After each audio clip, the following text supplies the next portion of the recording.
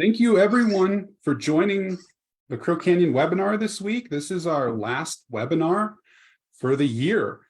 And it's with Dr. Todd Surovell. And this is also presented by the Pueblo Archaeological and Historical Society, which is a chapter of the Colorado Archaeological Society. Before we turn it over to Todd, we've got a few things some information to give you about Crow Canyon. First, I want to pay some respect. The Crow Canyon Archaeological Center acknowledges the Pueblo, Ute, Paiute, Dene, and Jicarilla Apache, people on whose traditional homelands this institution sits and upon which we work and reside. Our mission-related work would not be possible without Indigenous people in the past, present, and future. We respectfully recognize and honor ancestral and descendant Indigenous communities for their contributions to all humankind. Crow Canyon is grateful to all Indigenous people and supports the preservation and protection of cultural traditions, ancestral connections, and sacred lands. So we just also, wanted to say thank you to everyone for an excellent year with these webinars and for supporting our mission. We couldn't do it without you, so thank you very much. I know we're all pretty much used to Zooming by now, and I just want to give kind of two reminders.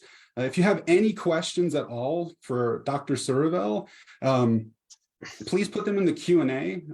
If they're in the chat, we will not see them. And if you're having any difficulties with the Zoom stream, we're also streaming on Facebook, so you can go to that link to find it there. So let me introduce Todd, and then I'll turn it over. So Todd Surovell is a professor of anthropology and the director of the George C. Frizen Institute of Archaeology and Anthropology at the University of Wyoming. He's an anthropological archaeologist who works mostly in the Rocky Mountain West. He's an expert in the initial human colonization of the Americas and has methodological specialization in quantitative methods, lithic technology, geoarchaeology, and ethnoarchaeology. He's the author of 2 books and more than 60 peer-reviewed journal articles and book chapters. He is currently excavating the Laprelle Mammoth site and previously investigated the Barger Gulch Folsom site. From 2012 to 2017, he did ethnoarchaeological research with the Duka reindeer herders in northern Mongolia. He is originally from the suburbs of Washington, D.C., but has resided in the high plains of Wyoming for the last 20 years. So I'll turn it over to you now, Todd. Thank you so much for closing us out this year. Thank you, Jonathan, for that kind introduction, and thanks for having me back. And thank you to everybody out there in the internet world. Let me see if I can get my PowerPoint going before I say anything else. Just take me 1 second here. And we should be good. You're coming through clear. Excellent. Well, again, thanks for having me. And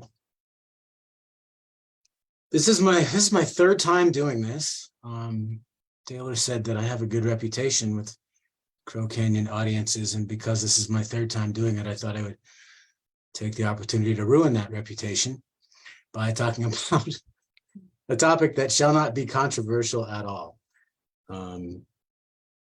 I am a skeptic about Pre-Clovis, which is a position, that's interesting.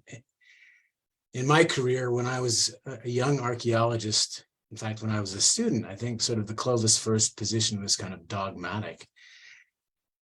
And now, so 20, 30 years later, it's almost considered kind of fringe and strange. And I'm certainly not the only person who takes this position. It's a more common position than you might think among professional archaeologists who work on First Peoples in the Americas, despite what you may read in popular press. But I want to sort of take you through a little bit my journey with this question, and maybe give you a slightly different approach to answering this question of when people first arrived in the Americas than what you're accustomed to. And I should also acknowledge that I've had multiple collaborators in this project, including Randy Haas, Joe Gingrich, Jeff Brantingham, and Patrick Mullen. Well, you can probably see that Zoom window, which I will get rid of. All right, let's move ahead. Okay, so as you probably know, the study of the first Americas and determining the date of human arrival to the Americas, the paradigm by which we try to answer these questions is pretty simple.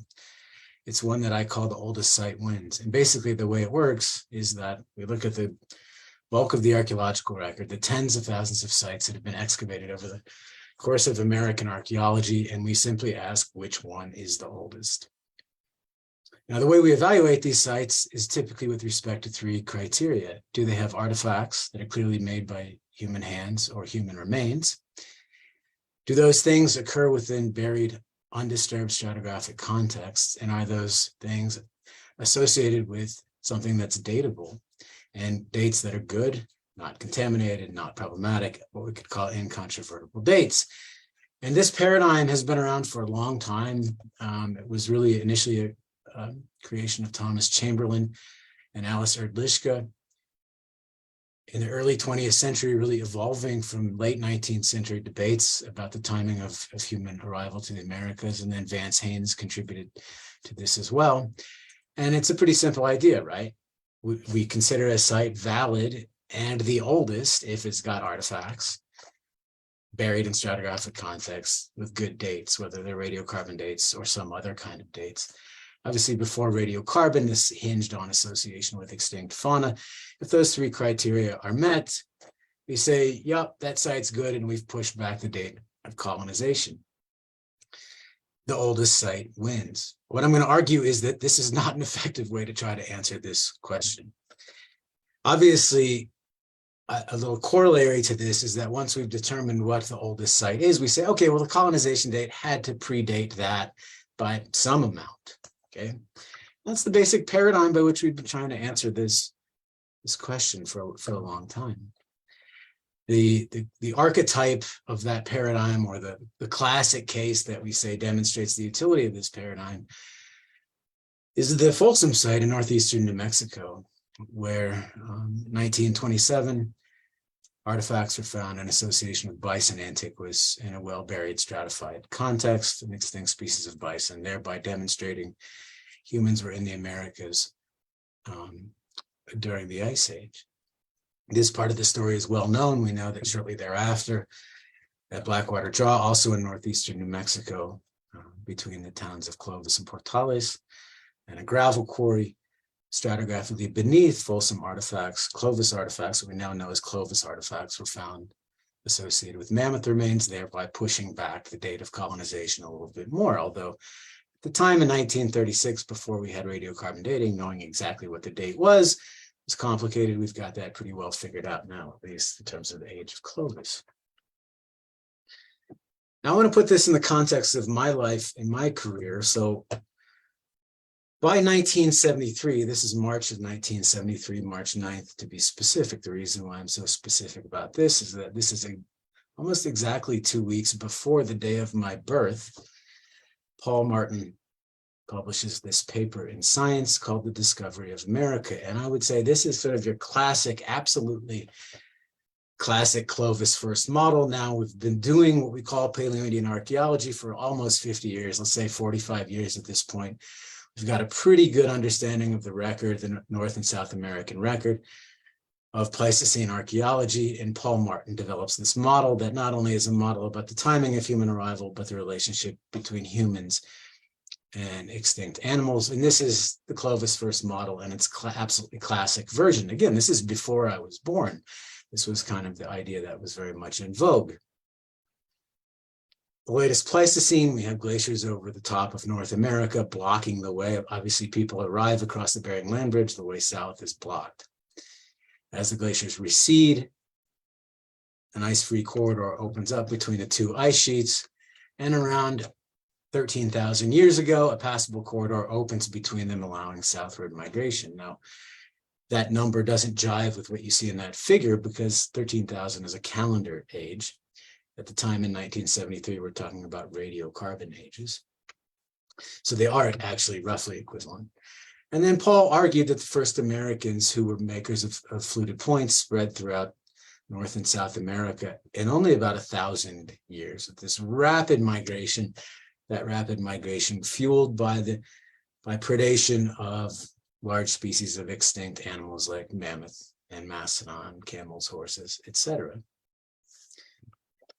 And then overhunting results in the extinction of 35 genera of these large mammals.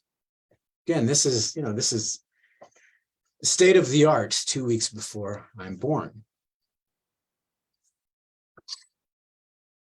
My first experience with these ideas came in the fall semester of 1994 when I was an undergraduate at the University of Wisconsin.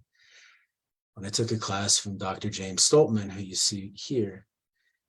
Dr. Stoltman passed away a few years ago. This was a senior seminar class, a topical seminar. And for me, it was a really important educational experience because it was the first time, at least in archaeology, that I took a deep dive into a subject. And when you do that and you start to understand the edges of knowledge, you start to be able to imagine a career for yourself. And that's what this class did for me. And I remember on the first day of class, the first thing Dr. Stoltman did was he wrote on the board in chalk, if you remember what a chalkboard is, 11,200 BP. And he said, that's the date. Were people here before that or after that? Again, that's a calendar age. If I were to do the same thing in a class today on a whiteboard, of course, I would write 13,100 BP approximately. It's the same date. It's just a calendar age. We couldn't calibrate radiocarbon dates to the Pleistocene in 1994. Now, there were two things that happened in that class that made a huge impression on me. We had two visiting scholars. One was Tom Dillahay, who came and spoke about the Monteverde site, this site in far southern hemisphere in southern Chile in the Los Lagos region, where Tom said he had this incredible evidence of human occupation, including things like cordage, chipstone, marine algae or seaweed, remains of houses, tent stakes with cordage tied around it. Pretty incredible stuff, right? It's really, really well preserved. But what's most incredible about it, aside from the fact that if you accept this site as cultural, is that it is, let's say, 1,400 to 1,700 years older than anything in North America known at the time. In fact, this is arguably still older than anything found in Eastern Beringia, meaning Alaska and Yukon. So biogeographically, if this shows the presence of humans way down there in the Southern Hemisphere, right? This is a paradigm changing site. And this site really inspired my career because I saw this and I'm like, oh my God, there's all this prehistory that we know nothing about. There's lots of places I can make contributions. I just need to find my own pre-Clovis sites because they have to be there, right? People didn't come across the Pacific. We just can't find the evidence in North America. And this really, truly inspired my career. The second person who came to visit my class was Dave Meltzer, who 3 years after I was an undergraduate at the University of Wisconsin, organized a trip to the Monteverde site, where they evaluated the evidence that was presented by Dillahay and colleagues for the presence of humans so early at such an early date, and published this paper in American Antiquity. It was Dave and a team of top scholars and First Peoples in the Americas who wrote this paper, evaluated the evidence. This is them visiting the site in January of 1997. This is a quarter century ago now. And here's a line from their abstract. It's consensus of that group that the MV2 occupation at the site is both archaeological and 12,500 years old. Well, again, that's a radiocarbon age. Today, that corresponds, I think, to 14,500 to 14,800 BP, somewhere in there. This paper basically announces this is paradigm changing, and this question of Clovis versus pre-Clovis, is anybody here before the Clovis period, is now solved. This is, again, sort of the new Folsom moment of 1997. Well, I'm going to argue, in fact, that that wasn't the case because unlike Folsom, 25 years after Folsom, nobody was still debating this question. That's certainly not the case when it comes to Monteverde and many other sites with it. So let's go back and think about this paradigm. And I just want to talk about this paradigm in a general sense and whether this is a useful way to answer this question.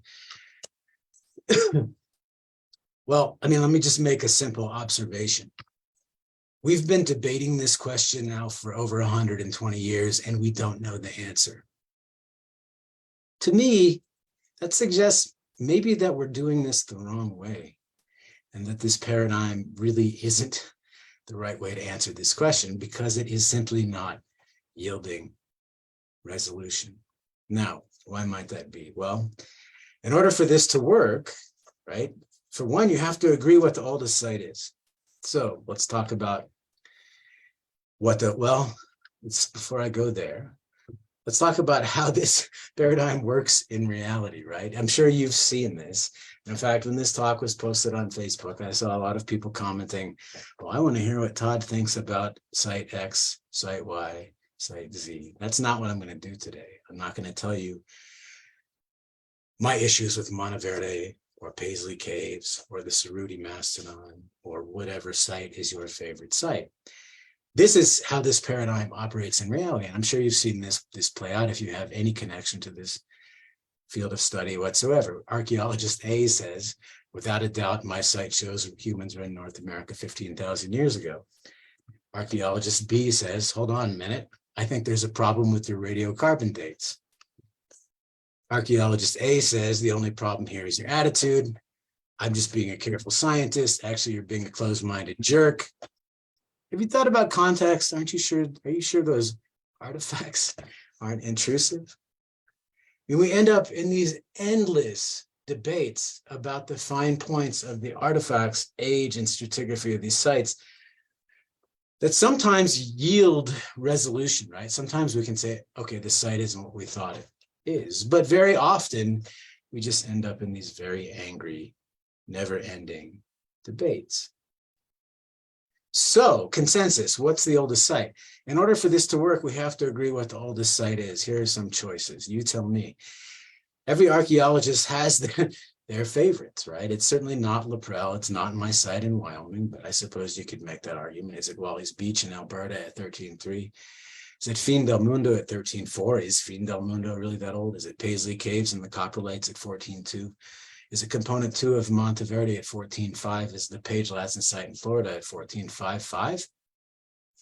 Oh, we're not done yet. Obviously, is it Deborah Friedkin at 15,000? Is it Cooper's Ferry at 16,000? Is it White Sands Footprints at 22,000?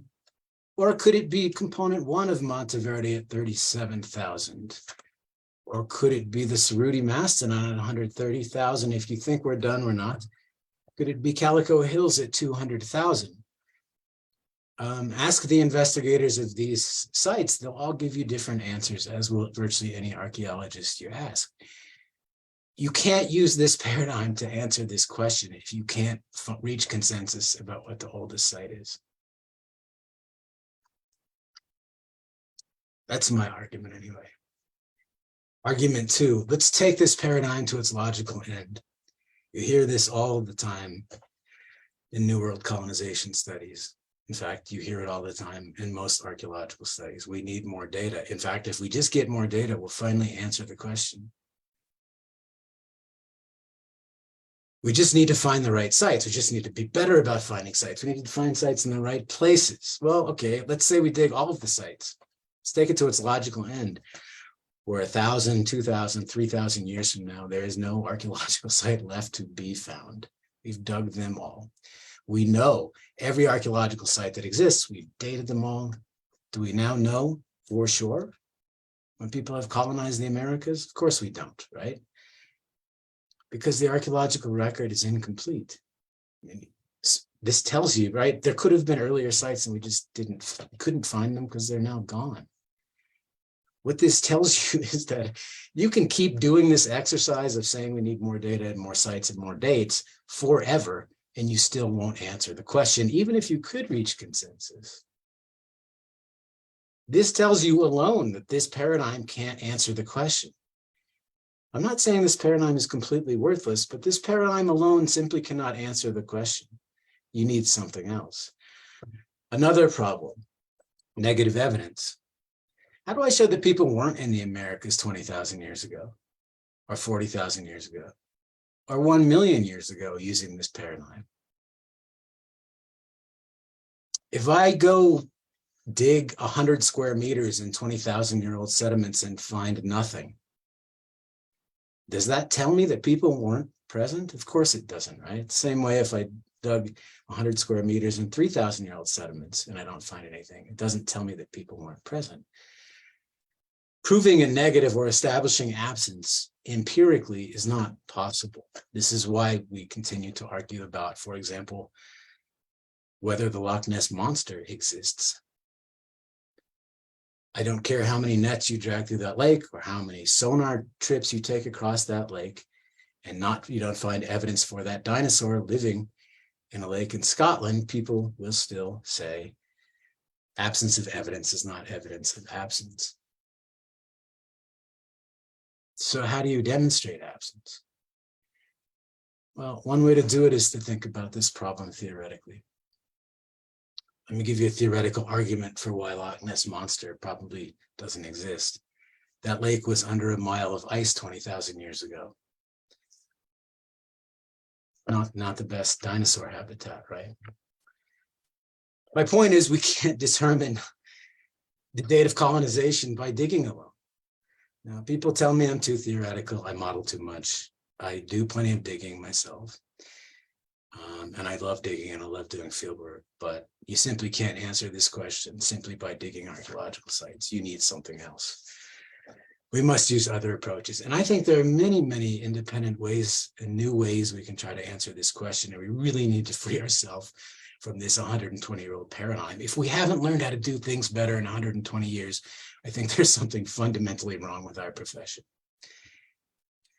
Okay.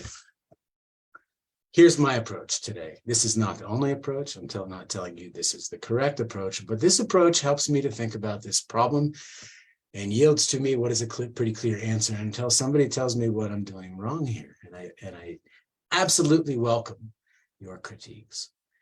Probabilistic modeling. Here's a public talk I'm going to give, and I'm going to talk about modeling. I'm sorry, but I also think that if you can't talk about complex scientific problems to a public audience, then you're not doing science very well. So let's do this. I'm going to view the practice of archaeology as a sampling phenomenon. And what I'm going to say is we can answer this question of when humans arrive with our current sample of sites. Let me show you how. We're going to simulate the archaeological record. We're just going to create the archaeological record in a computer, assuming any possible colonization date. We can assume colonization 15,000 years ago, 20,000 years ago, 6 billion years ago. We can simulate any scenario you can imagine. Then we're going to do archaeology. We're going to sample that record. We're just going to pull sites out of that simulated record. Then we're going to compare our simulated samples to the real archaeological record and say, which of these simulations looks like the real archaeological record? And by doing that, we can say what colonization dates are reasonable. What range of colonization dates conform with the archaeological record as we know it today? Okay.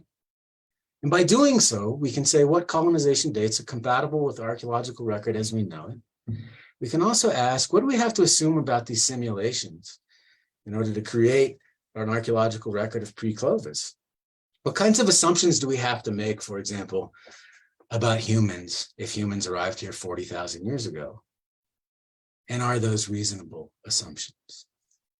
Related to these basic ideas, we can ask, how long can a human population remain cryptic or hidden in the archaeological record? Fundamental to this idea of a long pre-Clovis prehistory, say humans have been in White Sands, New Mexico since 20,000 years ago, is that, well, for the next, say, 9,000 years, humans remain kind of cryptic, leaving really sparse, hard to find evidence. Is that a reasonable thing to believe or to argue?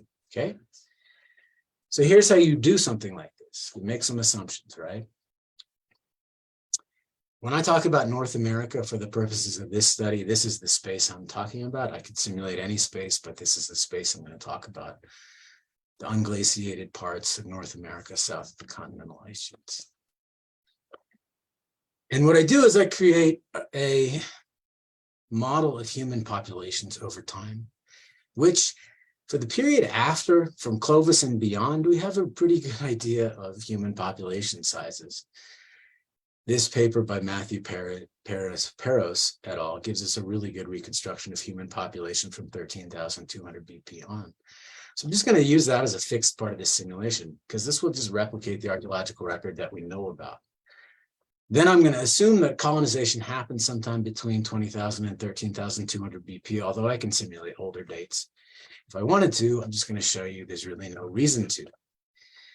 I'm going to assume that populations grow logistically at a maximum population growth rate of 0.1 to 3.5%. This is how all biological populations grow, and these are growth rates typical of human populations. The rates at which human populations can grow, at least intrinsically, meaning the number of births and deaths that we have, are controlled by human biology. These are not numbers I'm guessing, right? This is just fact of human biology. I'm going to assume a founding population size of 100 people. 100 people come through those ice sheets. We could change this number. What I'm going to tell you right now is it doesn't really matter that much what we assume the founding population size to be. I'm going to say the strength of the archaeological signal is proportional to the number of people who created it. The more people there are in the world, the easier their archaeology should be to find. They're leaving more artifacts, more sites, more dead animals around. I'm also going to assume that human population densities before 13,200 years ago never exceeded those after 13,200 years ago. I'm going to assume that because if they did, they should be easier to find than Clovis, and they are clearly not. And then I'm going to correct the record for what we call taphonomic loss, meaning that we know things are removed from the archaeological record, but we actually know how. We know the likelihood of a site of any given age of being preserved to the present. And we can correct our simulated record for this and take into account the fact that some of the record has been lost, okay? So in order to do this, I need to sample the archaeological record, the simulated archaeological record. In order to do that, I need to know how many archaeological components have been dated so far by archaeologists. This is a remarkably hard number to determine. Strangely, we don't have good records about this, but we can make some pretty simple assumptions. And I'm going to assume there have been 50,000 archaeological components excavated and dated, which is an average of about 15 per year per state since 1950. And what I'm going to show you is that it doesn't really matter what my sample size is. Once you get up to a sample size of tens of thousands, it's not going to affect the results. And it shouldn't surprise you. Most statistical phenomenon, a sample size of 30 will suffice to answer your question. It's hard to find a problem that requires a sample size of 50,000 or more, which is what we have in this discipline. Then we need, once we sample the record, we need to compare the record to the reality. We need to compare the simulated records to the actual archaeological record to figure out which simulations are reasonable and which ones aren't. So one thing we could try to do, for example, is we can say, well, what's the oldest site we found in our simulation? Given sampling 50,000 sites and people arrived at 18,000 years ago, and then compare that to the oldest site found so far. Well, the problem with doing that is nobody can agree what the oldest site is, right? So as a measure to compare to the archaeological record, this is not a good one. So I was trying to think, how could we come up with some way to compare these simulated archaeological records to the real one? And I came up with this kind of strange criterion. And here's what it is. I think we do, no matter what colonization scenario you think is correct, agree that the 30th oldest site dates to the Clovis period. This number 30 is about the number of dated sites we have for the Clovis period. And the reason why that matters is because if you accept all the pre-Clovis sites, at least the popular ones right now from this space as real, the 30th oldest site, it's a Clovis site. If you reject all of the pre-Clovis sites, the 30th oldest site, it's a Clovis site, okay? So what this gives us is a way to compare our simulated assemblages to reality. Realistic simulations are those in which the 30th oldest site dates to the Clovis period, okay? So now we can go ahead and do this exercise.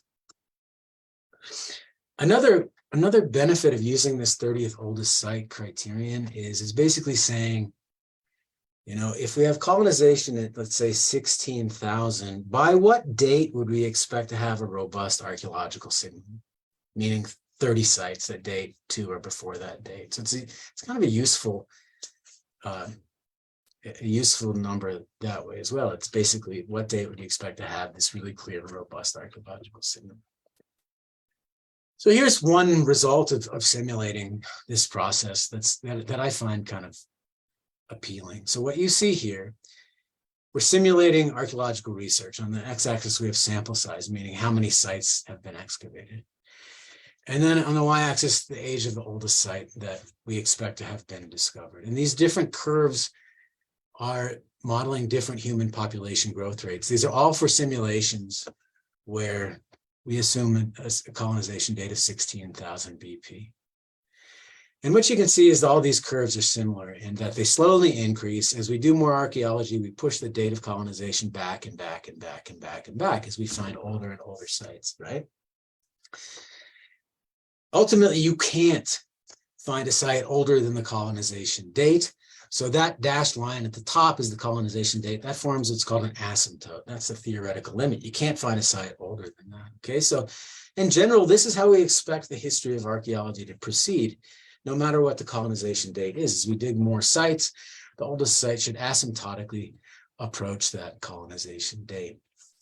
Secondly, if you look at these numbers here, one thing should become apparent to you. With a fairly small sample of sites, say a few thousand, you should be able to find sites very close to the colonization date.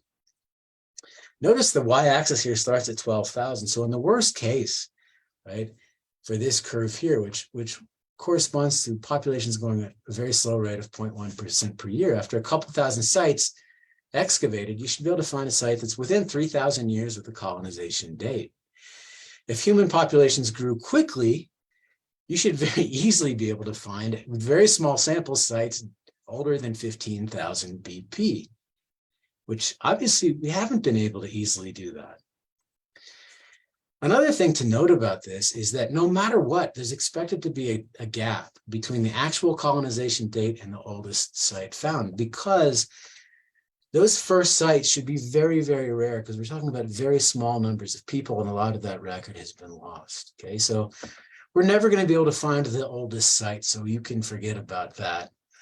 The oldest site we find will always be an underestimate of the colonization date. What's interesting, though, is if human populations grew quickly, that gap between the colonization date and the oldest site we will be able to find should be a small gap. If human populations grew slowly, we expect a bigger gap. And finally, notice that this is insensitive to sample size once sample size becomes large. Once you're up to 50,000 sites, digging more sites really isn't going to push back the colonization date much. At some point, you're just not going to be able to push it back much.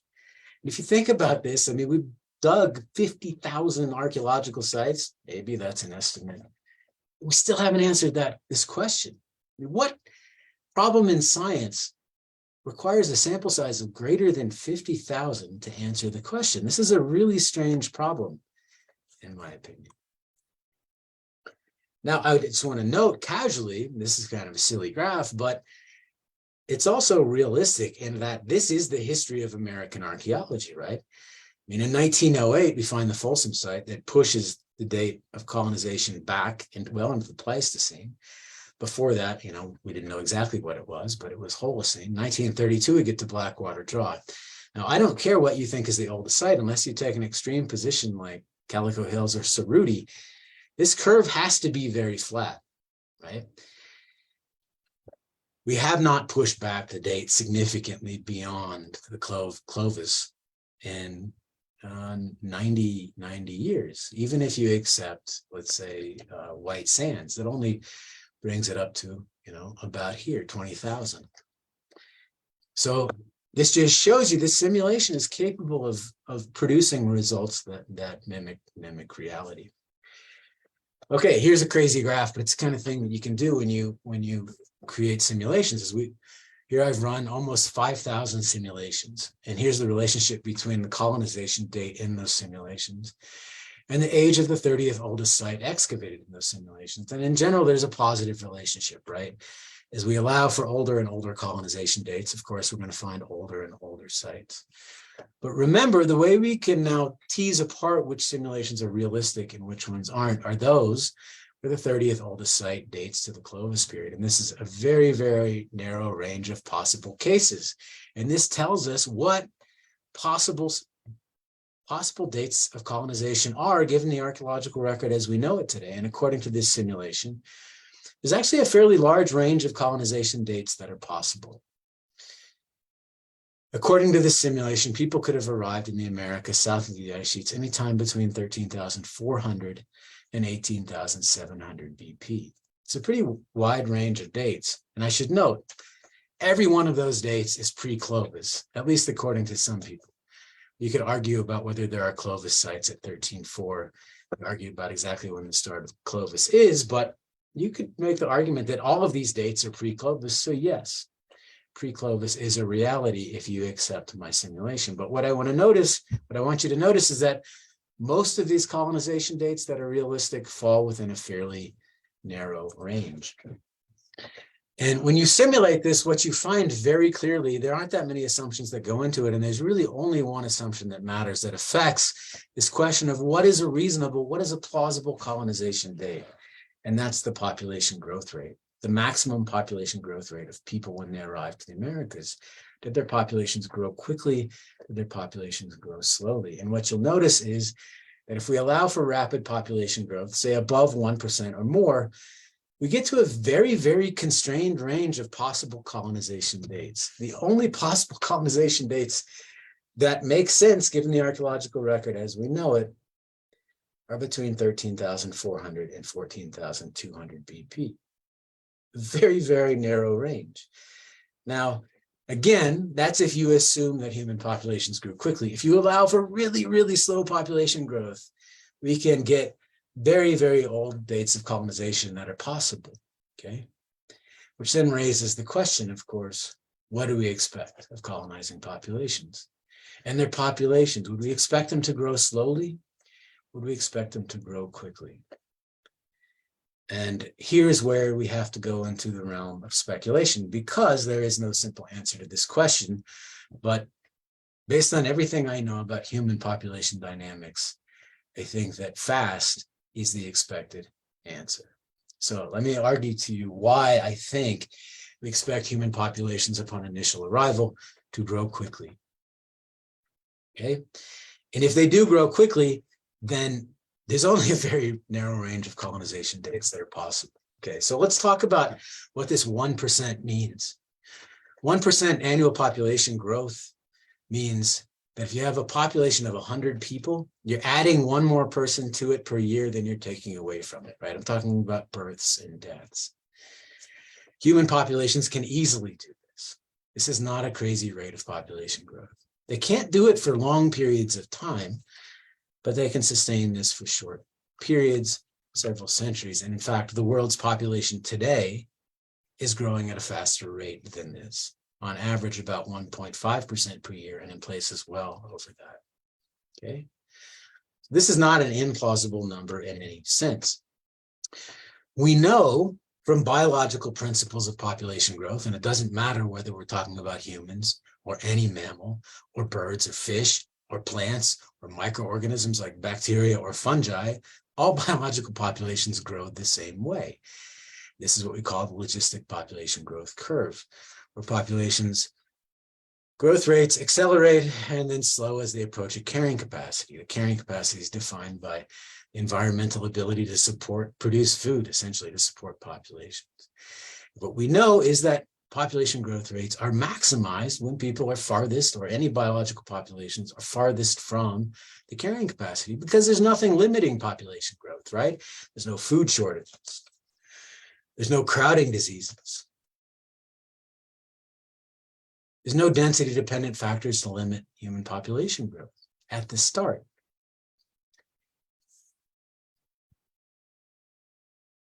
I'm only talked about births and deaths, but of course, another contributor to population growth is immigration. you can't have colonization without immigration, right? Immigration means taking people from one place and moving them to another. You can't have colonization of the unglaciated parts of the Americas without immigration. Now, my model assumes there's no immigration after the initial founding event, but that assumption is almost certainly false. Wherever people came from in Eastern Beringia, no doubt people kept coming after the first group came. And if we allow some immigration, 1% should be easily reached. All right, let's look at hunter-gatherer demographics. From ethnographically studied hunter-gatherers, this is from a paper I published a long, long time ago, looking at the relationship between mobility, how often hunter-gatherers move their camps, and their total fertility rate, how many children women have. And interestingly enough, the more mobile you are, the more fertile you tend to be, and you have higher reproductive success as well. Why does this matter? Well, nobody debates whether people of the Clovis period were highly residentially mobile. We know they were because we see lithic raw materials moving huge distances all the time. On the basis of what we know about modern foragers, this is incredibly compatible with high fertility rates. We would expect people who behave like early Paleo-Indians to have a lot of children and be very successful and their populations to grow quickly. This is from the work of Frank Marlowe, looking at male contribution of the diet, to what extent hunter-gatherer diets are derived from hunting versus gathering. And we find that when there's a high male contribution to the diet, there's a lot of female reproductive success. This takes into account infant mortality, the same pattern. And although we argue about whether early Paleo-Indians were predominantly large game hunters or broad spectrum foragers, there's no doubt there was a major male contribution to the diet. Again, people who behave like Paleo-Indians have reproductive success, which translates to high population growth. Furthermore, we've studied population growth in modern hunter-gatherers. This is a paper from Michael Gervin and Haley Kaplan. A big review of hunter-gatherer population dynamics. I want to just note the average observed forager population growth today. Population shows a growth rate of 1% per year, typical for hunter-gatherers today. Well-studied hunter-gatherer populations, all but one, the Dobe Kung, have population growth rates above 1% per year. And all of these populations have been inhabiting their environments for a very, very long time. And yet they're growing at rates of 1% and above, except for the Kung. Finally, Joseph Birdsell in 1957 did a really interesting study where he looked at all known cases of human colonization that had good demographic data associated with them. Real data on colonizing human populations where we had actual demographic data. And he found that colonizing human populations double every generation. In fact, he says they grow at growth rates of greater than 3% per year. Okay. For all of these reasons, I don't think there's any reason to believe that the first peoples in the Americas would have been characterized by slow population growth. Their populations should have grown at rates much higher than 1% per year. And if that's true, we're left as a simple conclusion, is that only a very narrow range of population of colonization dates is possible. Okay. Let me just give you an idea of what happens if we actually assume that human populations grow very slowly and we try to make sense of the pre-Clovis world as we know it. This is what I call the pre-Clovis paradox. So let's say people were here significantly before, thousands of years before 14,000 BP, and grew at really, really slow rates, okay? This is what you have to argue if you accept all of this pre-Clovis, a lot of this pre-Clovis evidence, especially the older stuff. You have to explain how people successfully colonized the Americas, 2 continents, while struggling to maintain modest rates of population growth. How does that make sense? How does that make any sense? If people are struggling to maintain modest rates of population growth, what you're assuming is that people are really bad at making a living. They're struggling to forage. They're struggling to convert calories into offspring, into population growth. This is an assumption you have to make if you believe in a deep pre-Clovis presence in the Americas. Let's put this in real world terms. Let's say 19,000 years ago, as my simulation suggests is possible, we have 100 people. They come down the coast, they skirt the coast, they arrive in the Pacific Northwest. You have 100 people, they split into two bands, and their populations grow at 0.1% per year. 0.1% per year means adding 0.1 people more than you take away from a population per year. It means doubling about every 700 years. It means after the first 1,000 years after colonization, or 45 generations have passed, populations have grown so slowly, there's only 271 people. This is what 0.1% means. 1,000 years have passed and we've only added 171 people to the population. Now there are 6 bands. Okay, I mean, it's plausible, right? But how do you explain 271 people struggling to make a living such that they can barely replace themselves in the population, and yet they've left behind traces in Maryland, in New Mexico, and Chile? To me, this is a paradox that is in need of explanation. Now, this is not going to be a non-controversial idea, I understand. And whenever I talk about this, the reaction is you can assume whatever you want, you can model it whatever you want, you can make a simulation, produce whatever outcome you want. So let me tell you where I think I might be wrong. Well, it's certainly possible that human population growth rates were well below average at the time of founding of populations south of the ice sheets. And if they were, certainly we could end up with a deep pre-Clovis population in the New World. Another possibility is, I'm assuming that archaeological sampling is random or representative. Maybe that assumption's wrong. Maybe there's some bias against finding these sites, right? And these have both been proposed. Perhaps it's archaeologists that are biased, that we simply don't sample deposits of the right age. We're biased against, finding the sites before the Clovis period, or perhaps somehow the archaeological record is biased against this time period. The record is somehow geomorphically biased such that this time period is underrepresented. That's another way. I could be wrong. Pre-Clovis people persisted for millennia at low population densities prior to a population explosion at Clovis times. That's possible. It's certainly possible. I mean, there's no doubt in Clovis times you see this huge proliferation of evidence across North America. But if this is the case, we have to explain why. Or perhaps it's possible that pre-Clovis peoples behave fundamentally different in such a way that they're harder to find.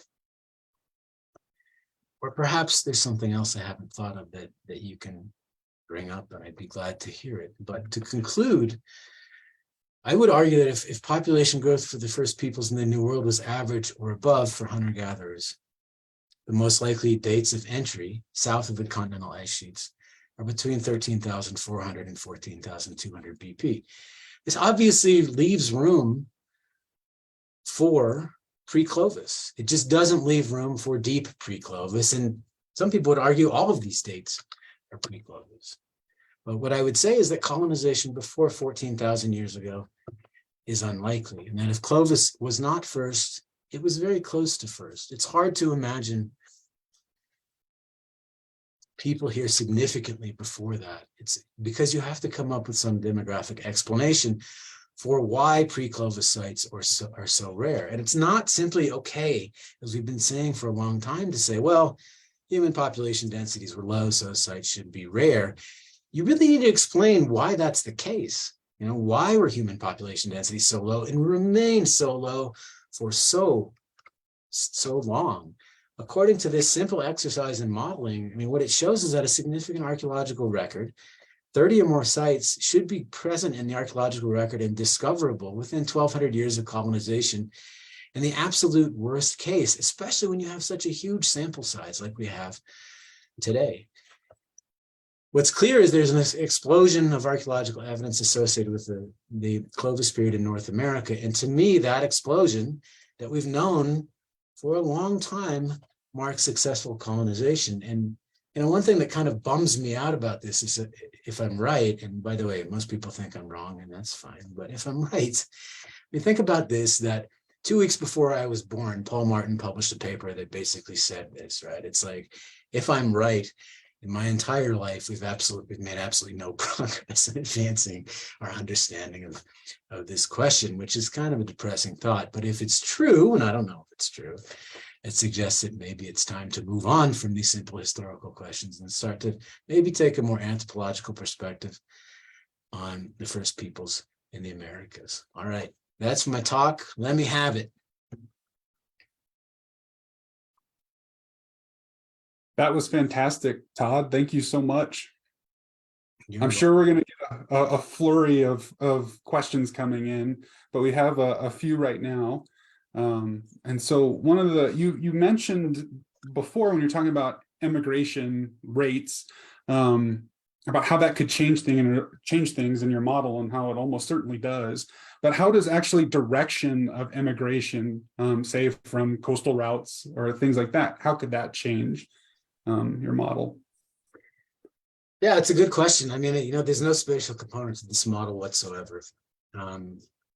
So it doesn't matter, according to this model, whether people arrived via ice-free corridor, via Pacific coastal migration, via an Atlantic coastal migration, via all of the above. But if we were to add a spatial component to this, it really wouldn't change the story, except to say that, in general, closer to the point of origin of initial migration, wherever that is, that's where you should be able to first pick up the colonization signal. And as you get farther away from that, you'll need the colonization signal will appear later. But the basic story remains the same. Right. Another thing that seems to have been, some of the audience members have noted in the chat and in the Q&A, is did you assume a linear population increase, or it's logistic, right? That's what you assumed. So basically they're asking if, this 1%, if it changed through time, how would that change things? Yeah, so I assume a logistic population growth from a founding population of 100 up to the estimated number of people in Clovis times based on Peros. So the 1% is what we call the maximum population growth rate. That's the growth rate at the time of arrival. And as people approach that carrying capacity, which happens very quickly, the population growth approaches zero. So no, 1% is not the actual rate of population growth, it's the maximum rate of population growth. Right. Another one that has popped up multiple times now is how does DNA testing play into the colonization debate? You're talking about ancient DNA studies, right? Yeah. Well, ancient DNA studies are a wonderful thing, and what I love about them is they provide an independent means of trying to test or to ask the same question that should be theoretically independent of the archaeological record.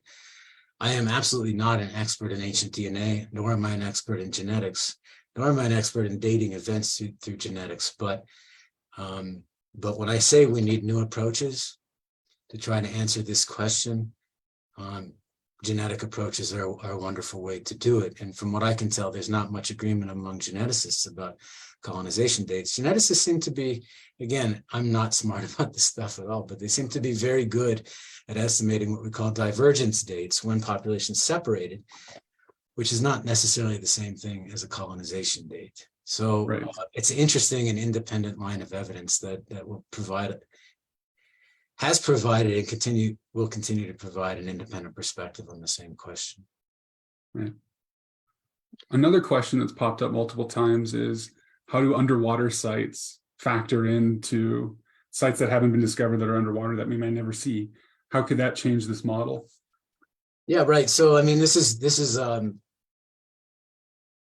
not an uncommon argument, especially if you're an advocate of coastal migration, that, well, you've got a population that's under the Pacific Ocean now, hugging the coast that we can't see, or it's hard to find because we can't do quality archaeology effectively at 100 meters beneath the surface of the ocean. Absolutely true. It's a challenge to do.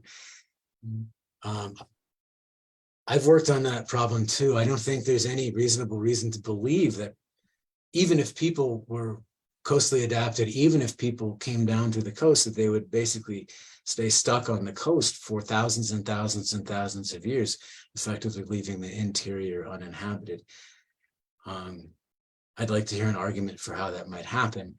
If you're going to allow for that possibility, whether you're talking Atlantic, Pacific, or any other coast or any other mechanism for hiding archaeological sites, you might add a few decades, but it's not going to give you thousands of years, in my opinion. Two questions just popped up that I'm going to tie into one. So the first question is, like, what evidence would you require to, and I think I know what you're going to say, would you require to accept deep Clovis? And then also, what are common radiocarbon issues with dating with these pre-Clovis sites? What evidence would I accept? Well, what I'm telling you is this paradigm of looking for the oldest site. I don't buy that it's effective, because we'll never come to consensus. I don't think it's a useful way to think about the problem. Right. Now, let me give you, before I answer the dating question, let me give you a couple thoughts on why I think Folsom was different than the Monteverdi moment 27 years ago. Folsom, 25 years after Folsom, we weren't debating it because lots of other people had found Folsom sites that replicated what was found at the Folsom site, and independent people found it. Mm-hmm. The pre-Clovis record, people could argue there has been replication of this, that, or the other, but I don't really see it, honestly. So some replication of some finding would be helpful, and I mean independent replication of, of some finding, and I haven't seen that happen.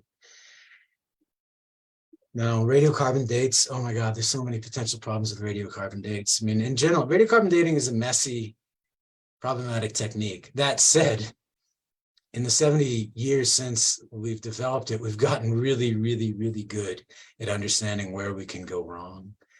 I mean, just to give you one simple example, right? And this is so typical of pre-Clovis archaeology. A couple of years ago, this paper splashes across the pages of Science saying we have 20,000-year-old footprints at White Sands, New Mexico. In fact, multiple trackways spanning 3,000 or 4,000 years, well dated with radiocarbon dating. Dates are mostly in stratigraphic order on seeds, which give you dating precision, right?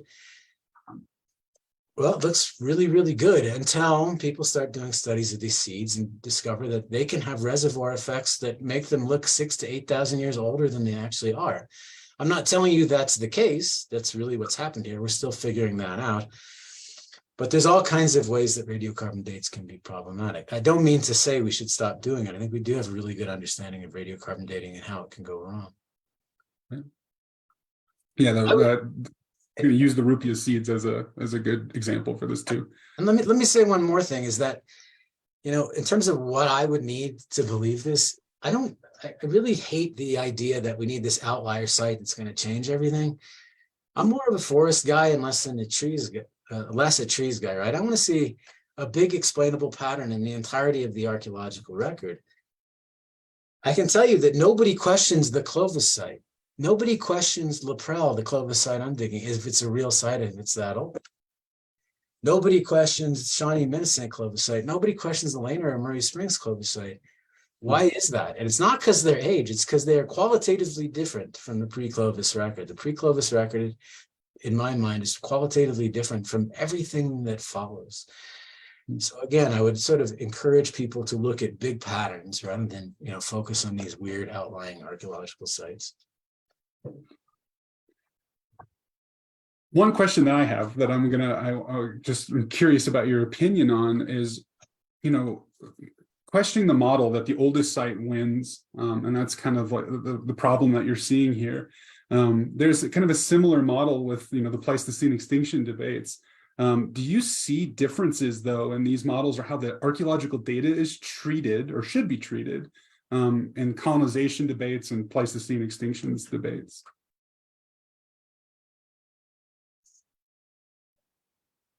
Yeah, it's a good question. I mean, this field is incredibly fraught in that we all look at exactly the same data and come up with completely divergent interpretations, right? I mean, I look at this, what people would call voluminous evidence or pre-Clovis, and I think that's all you got. And other people would say Todd's crazy, biased, and closed-minded. There's tons of evidence.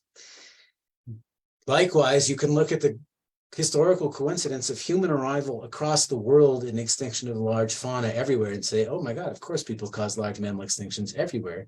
And other people would say, are you crazy? There's no evidence, no physical evidence for that. So I guess, I mean, what's really interesting to me is like there is such divergence of opinions looking at the same thing, the same evidence. And the only advice I would have for young archaeologists is never forget the value of science and the value of hypothesis testing. And really, if you have a preferred hypothesis, try to develop a way to falsify it and try to falsify it. And really, when we're looking at testing models of Clovis versus pre-Clovis, I really wish we could start doing that hypothesis testing approach, not focusing on single sites, but looking at large patterns in the archaeological record. And the same thing is true with extinction hypotheses. It's a really good point. I'm going to do one last question. We're right at the time, and there's a lot of questions that are in this, and I'm sorry to everyone that we didn't get to them, but we want to be respectful of Dr. Surovell's time.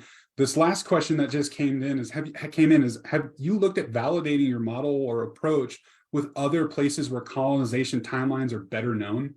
Like all the dynamics are better sussed out? That is a wonderful question, and I have not.